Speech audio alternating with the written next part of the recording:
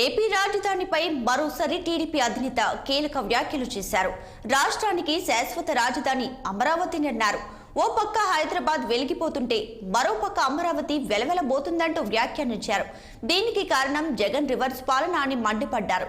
ఓ వ్యక్తి వల్ల ఒక రాష్ట్రం ఒక తరం ఎంతగా నష్టపోయిన పరిస్థితి ప్రపంచంలోని ఎక్కడ లేదన్న ఆయన దుర్మార్గుడి పాలనలో రాష్ట్రం కోలుకోలేని విధంగా దెబ్బతిందని విమర్శలు గుప్పించారు. ఈ రాష్ట్రంలో తనతో సహా అందరూ బాధితులే అని తెలియజేశారు. ఇక ప్రజాస్వామ్యంలో నిద్రలేని రాత్రులు గడిపామని పేర్కొన్నారాయన. అరాచక పాలనకు చర్మగీతం పాడాలని తిరువురు సభలో ప్రజలకు విజ్ఞప్తి చేశారు చంద్రబాబు.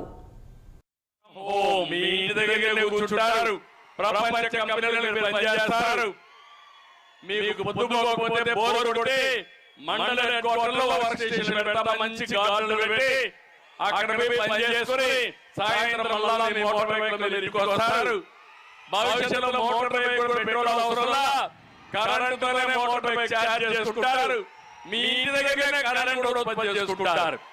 సోలార్ ద్వారా ఇంటి దగ్గర కరెంట్ ఉత్పత్తి చేసుకునే పరిస్థితి వస్తుంది. మీకు ఉద్యోగం వచ్చేవారు 3,000 రూపాయలు తీసుకుంటాం.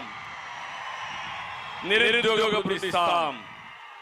అన్నదాతకంగా రైతులకు 20,000 రూపాయలు సంవత్సరానికి తీసుకుంటాం.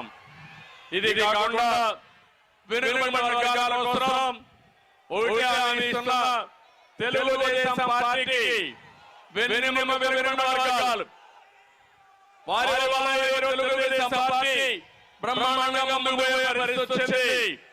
మళ్ళీ జై హో బీసీ కింద ప్రత్యేక చట్టాలను తీసుకొస్తాం, సప్లై పెడతాం.